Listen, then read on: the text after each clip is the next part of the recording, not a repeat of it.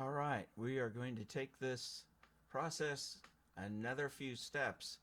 So I'm trying to find some valid literary criticism about the short story I've picked. So let's say in this case I have picked Tim O'Brien's The Things They Carried as a short story that I'm going to analyze. I'm going to find that argument pertaining to that short story, and I'm going to integrate my sources.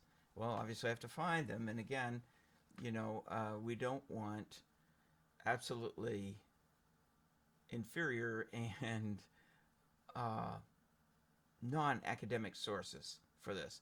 Those are just online plot summaries, blogs, some student-written paper that's just tossed out there.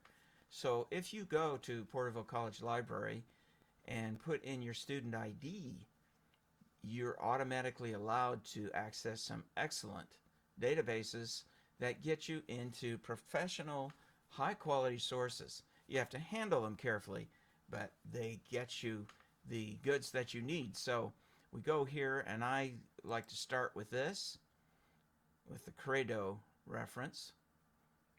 And then it's going to take me here, and I'm going to just put in my story.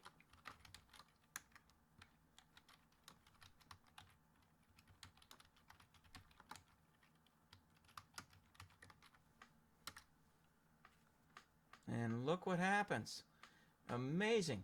So here we have very usable sources, and actually in some instances you can derive a couple of sources from one source that starts you onto that source.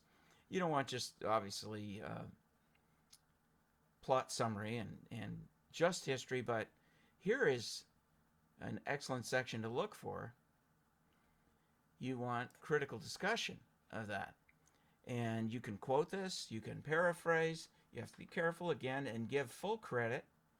But this is an example of how to do this.